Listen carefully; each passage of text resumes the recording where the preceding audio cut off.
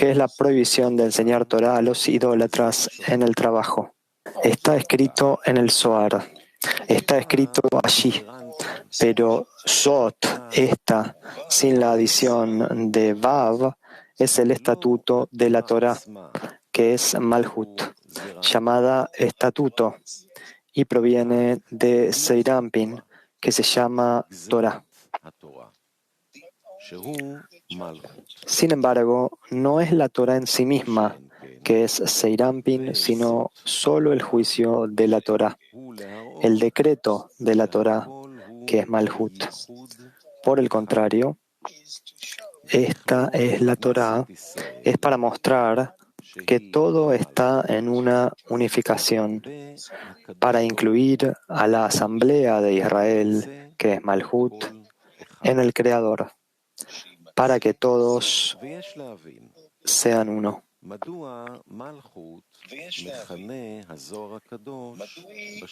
Debemos entender por qué el Zohar llama a Malhut por el nombre de estatuto, es decir, por qué Malhut debe ser una ley sin intelecto, como Rashi interpretó. Este es el estatuto de la Torah, ya que Satán y las naciones del mundo se dirigirán a Israel para que diga, ¿qué es esta mitzvah, precepto, y qué sentido tiene? Por lo tanto, está escrito al respecto. Es un estatuto, un decreto ante mí. No tienen permiso para dudarlo. Entonces, ¿cuándo se considera una ley? Solo cuando las naciones del mundo preguntan, ¿qué es esta mitzvah? Y tenemos que responderles, ¿cuál es la respuesta? Una ley, un decreto. Esto implica que el hombre respeta la ley precisamente cuando pregunta ¿por qué? Entonces se puede decir que está observando la mitzvah por el hecho de ser una ley. De lo contrario, no hay nada que muestre que uno está observando esa mitzvah porque es una ley. También debemos entender esto. ¿No sería mejor si esta mitzvah se hubiera revestido de intelecto? Es decir, sería más fácil observar la mitzvah. ¿Por qué el Creador quiere que sea como una ley, que es más difícil de observar la mitzvah? Después de todo, hay una regla. El Creador no se queja. Viene con difamación contra sus creaciones. No lo hace. Debemos entender por qué Él quiere esta mitzvah como ley. En el mundo corporal vemos que una persona se fija principalmente en la recompensa.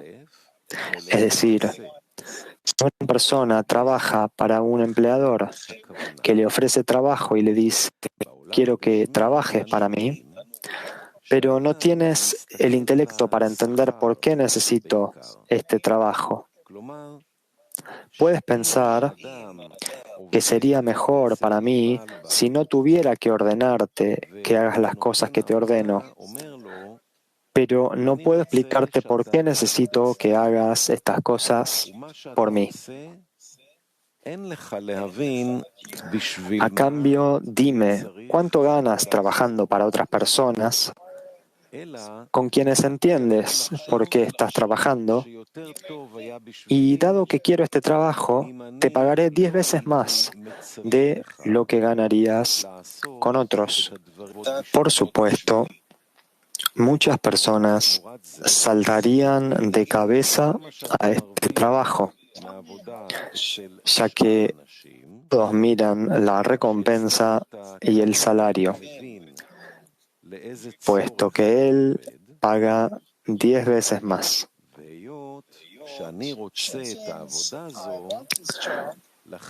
Por ejemplo, si el pago habitual es de 1.000 al mes, él pagará 10.000. Ciertamente, con tal trabajo, él no dirá que están trabajando por encima de la razón, que su trabajo se llama una ley, ya que está dentro de la razón que valga la pena hacer este trabajo, ya que es de sentido común que la principal razón por la que una persona trabaja es por el pago. Por lo tanto, con uno que paga más, ahí es donde debes trabajar. Esto se llama dentro de la razón. ¿A qué llaman los seres creados por encima de la razón? Cuando uno debe trabajar sin pago ni recompensa, esto se llama por encima de la razón. Esto es así debido al propósito de la creación, que es hacer el bien a sus creaciones. Es decir, que los creados reciban deleite y placer, que es llamado deseo de recibir para uno mismo.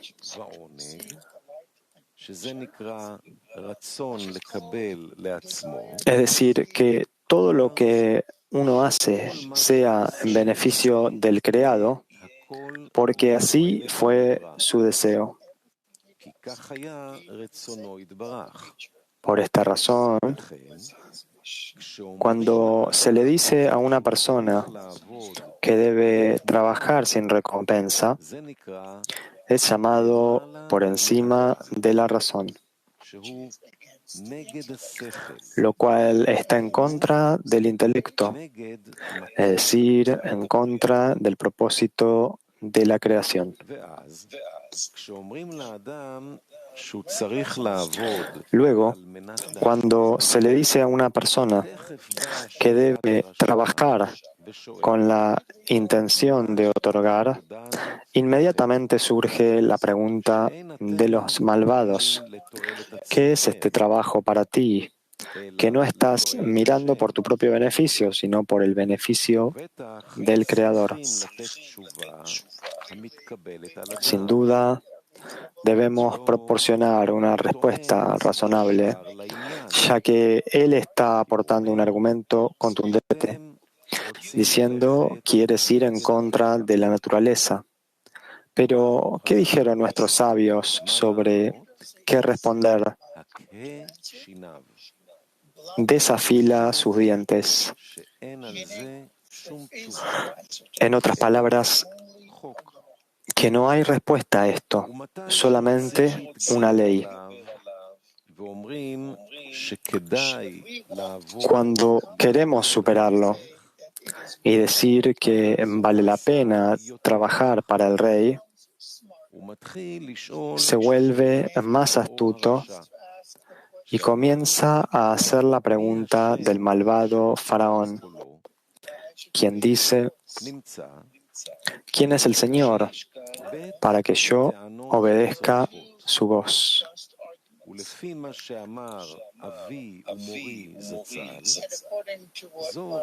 Resulta que hay dos argumentos justos aquí. Y de acuerdo con lo que dijo Bala Sulam, es solo un argumento.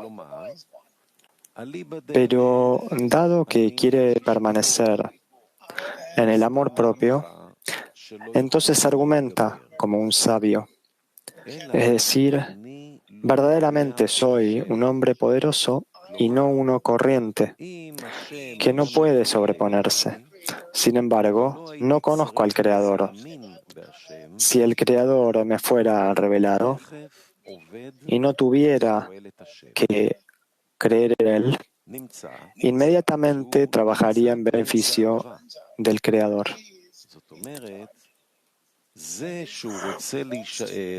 Resulta que él está en el orgullo, es decir, desea permanecer en el amor propio y por lo tanto da el argumento del sabio, que él es como otras personas incapaces de sobreponerse, y son como niños pequeños que desean lo que ven y no tienen fuerza de sobreponerse y ver si esto es bueno para ellos o no.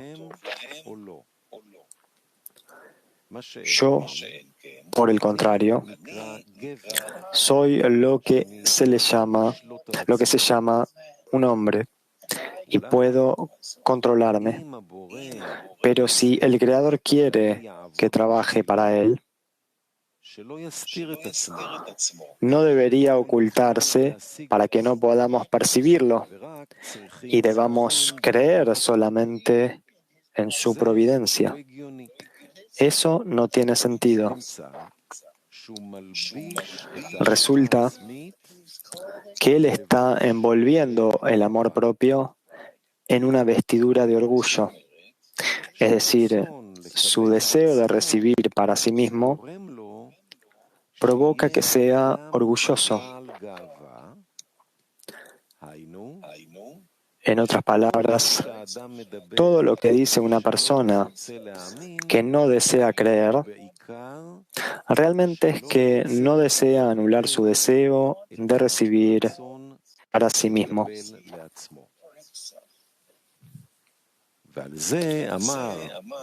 Baal HaSulam dijo acerca de esto, que debemos creer que este camino de fe por encima de la razón y también el hecho de que debamos trabajar para Él y no para nuestro propio beneficio,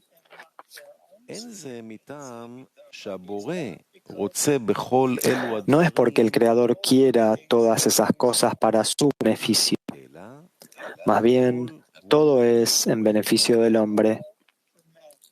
En otras palabras, el deseo del Creador de dar a los seres creados deleite y placer y tener con eso un deleite completo, es decir, que no sientan ninguna vergüenza al recibir el deleite, Él nos ha dado un consejo: trabajar para Él.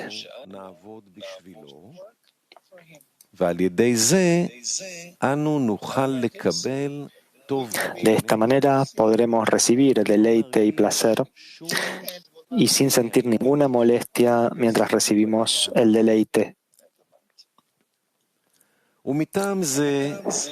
Por esta razón, para no sentir vergüenza, se nos da otra cosa llamada fe por encima de la razón.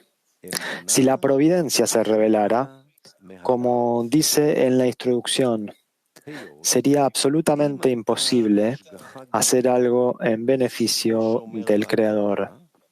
Sería al contrario, todo tendría que ser en beneficio propio. Si el placer se revelara más en las mitzvot, en los preceptos, que en los placeres corporales.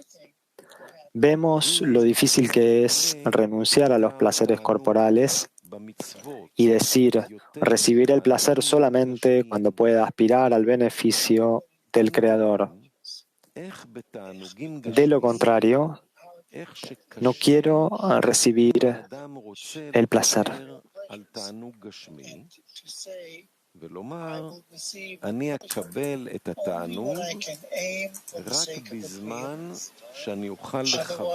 Con los sabores de la Torah y la mitzvot debemos creer lo que dice el Ari, que debido al rompimiento, chispas sagradas cayeron en las klipot, en las cáscaras.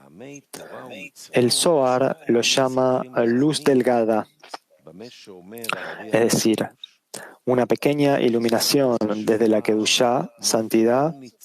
De ahí provienen todos los placeres del mundo corpóreo.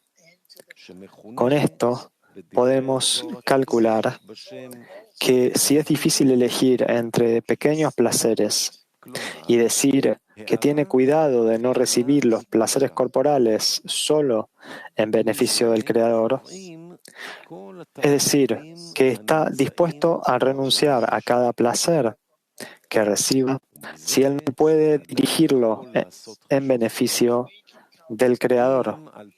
¿Cuán difícil es esto?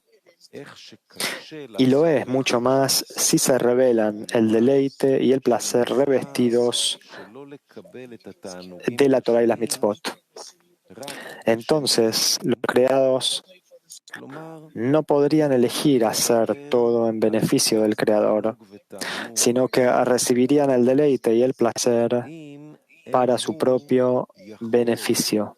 Por lo tanto, para que los seres creados puedan corregirse a sí mismos con el fin de tener debekut, adhesión y equivalencia de forma, mientras reciben deleite y el placer, tuvo lugar el tzimtzum, la restricción y el ocultamiento. Entonces, si el deleite en la Torah y mitzvot no se revela, y la persona observa la Torah y mitzvot debido a la fe,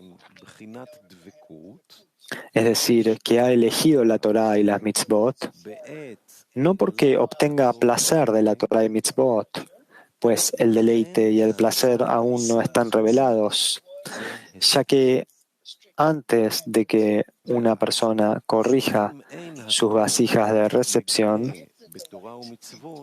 todo lo que haga será en beneficio del Creador y no en su propio beneficio. En esa persona todavía hay enmascaramiento y ocultamiento. En ese momento hay espacio para la elección, es decir, elegir y ver si está trabajando en su propio beneficio o en beneficio del Creador.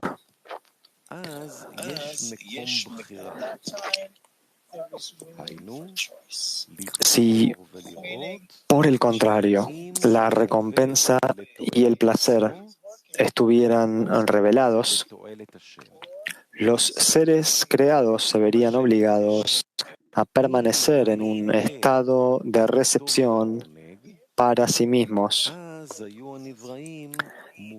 ya que no podrían retirarse de la Torah y mitzvot debido a la providencia abierta.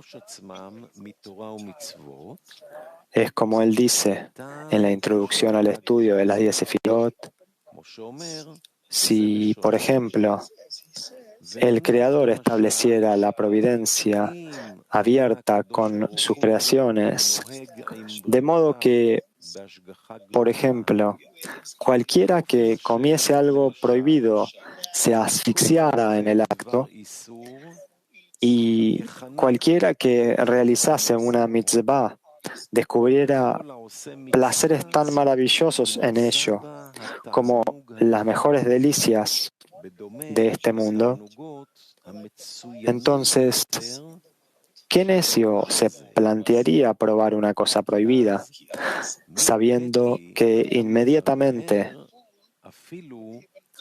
perdería su vida? Del mismo modo que uno no considera saltar sobre el fuego. Además, ¿qué necio dejaría una mitzvah sin llevarla a cabo lo más rápidamente posible?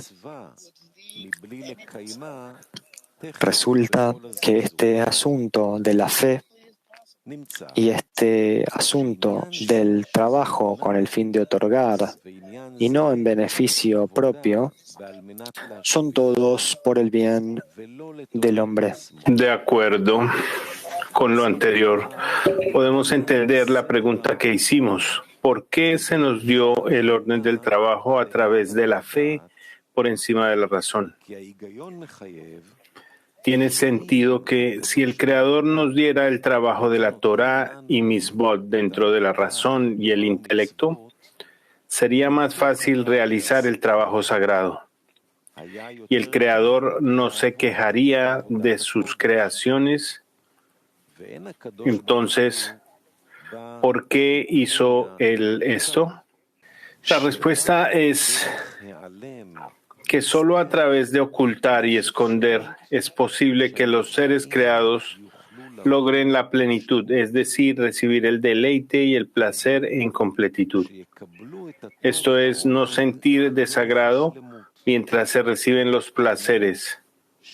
Por lo tanto, resulta que precisamente cuando podemos ir con nuestros corazones y mentes hacia el Creador, es precisamente esta la manera más exitosa y no como todos piensan, que si el Creador nos daría el trabajo en el intelecto, es decir, tener una providencia abierta, a partir de esto, los seres creados pueden alcanzar la plenitud. Acerca de esto podemos decir, como está escrito, porque mis pensamientos no son sus pensamientos.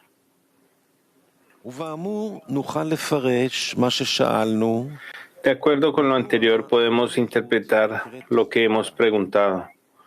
¿Por qué Malhut se llama un estatuto? Que se llama el estatuto de la Torá. El Zohar dice aquí que Malhut se llama el estatuto de la Torá y no la Torá en sí. El decreto de la Torá, que es Malhut, sino que debemos incluir a Malhut y la Torá en una unificación.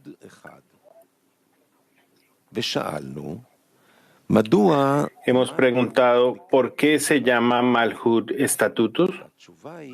La respuesta es que Malhut es llamada el reino de los cielos,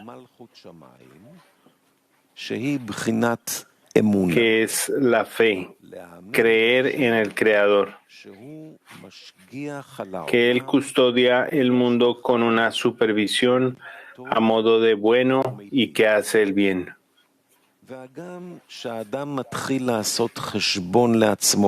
Cuando una persona comienza a mirar hacia adentro, ve que está llena de faltas. Entonces, ¿cómo puede el cuerpo entender que todo eso son otorgamientos? Aunque se nos da la plegaria para los malos estados que sentimos, ya sea en la corporalidad o en la espiritualidad, pero después, es decir, después de la plegaria, cuando una persona ora, pero su plegaria no es respondida, si ve que está en la más absoluta bajeza, ya sea en la corporalidad o en la espiritualidad, en ese momento necesita sobreponerse y decir que el nombre del Creador es el que es bueno y hace el bien.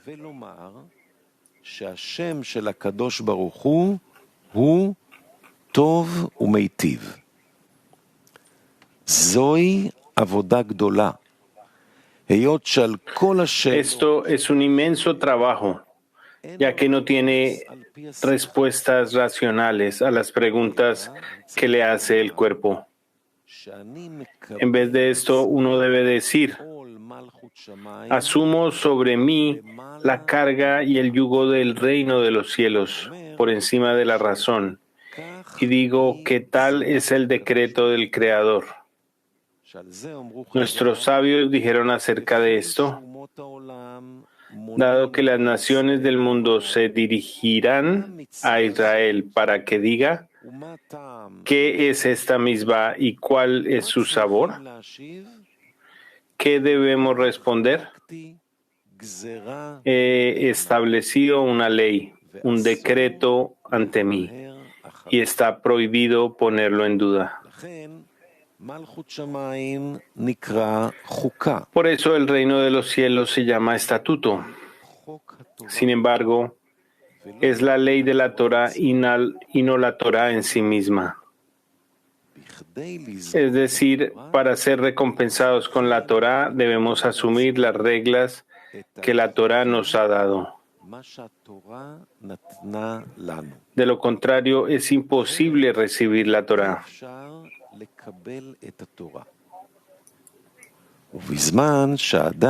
Cuando una persona asume sobre sí el reino de los cielos, es llamada Israel,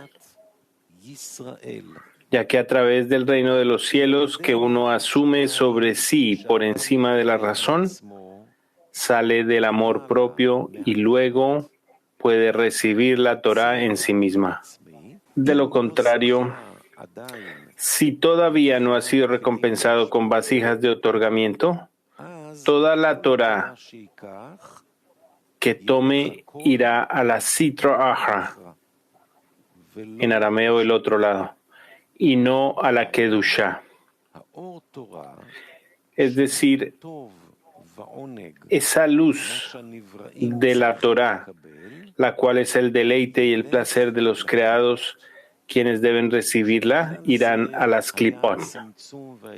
Por esto existió el Simzun y el ocultamiento, para que todo entre en la Kedushá.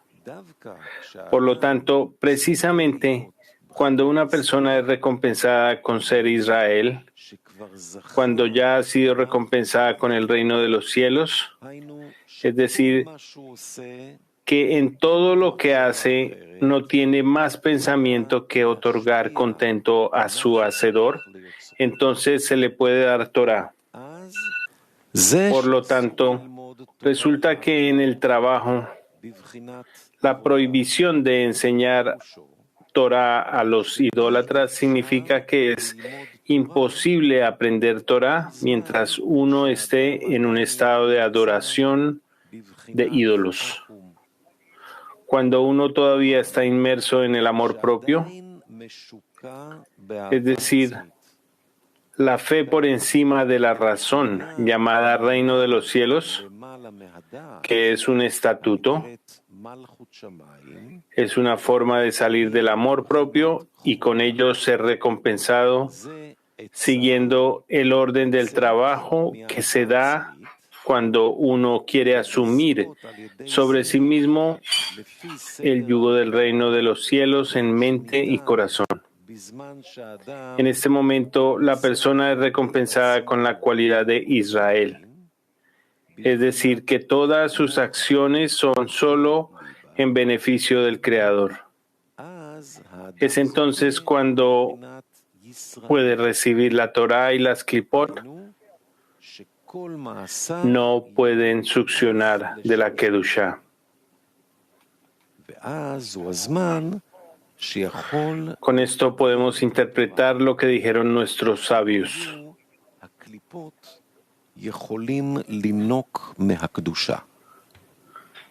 El mundo existe solo para aquel que se refrena durante una pelea.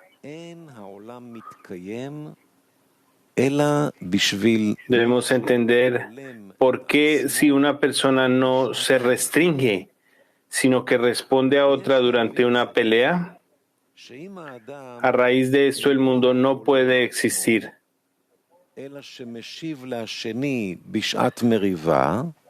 En el trabajo esto significa que el mundo es la persona misma. Como está escrito en el Zohar, toda persona es un pequeño mundo en sí mismo. Por lo tanto, esto significa que cuando una persona comienza a pelear con el cuerpo y quiere obedecer lo que nuestros sabios dijeron, uno siempre debe irritar la buena inclinación con la inclinación al mal. Y Rashi interpretó que debería hacer la guerra con ella, llamada la guerra de la inclinación. Es decir, cuando una persona exige al cuerpo que lo haga todo por el Creador, esto enfurece a la inclinación del mal, ya que desea anular su autoridad por completo. Y todo lo que una persona hace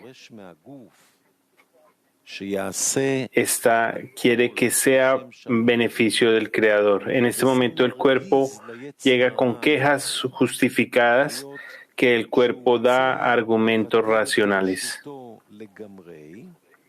Pero si una persona quiere vivir, es decir, quiere lograr la plenitud absoluta y cumplir con la voluntad del Creador, cuyo deseo es hacer el bien a sus creaciones,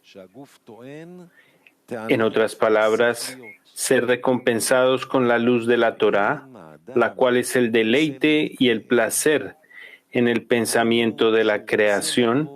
En este momento está prohibido responder al cuerpo con argumentos racionales.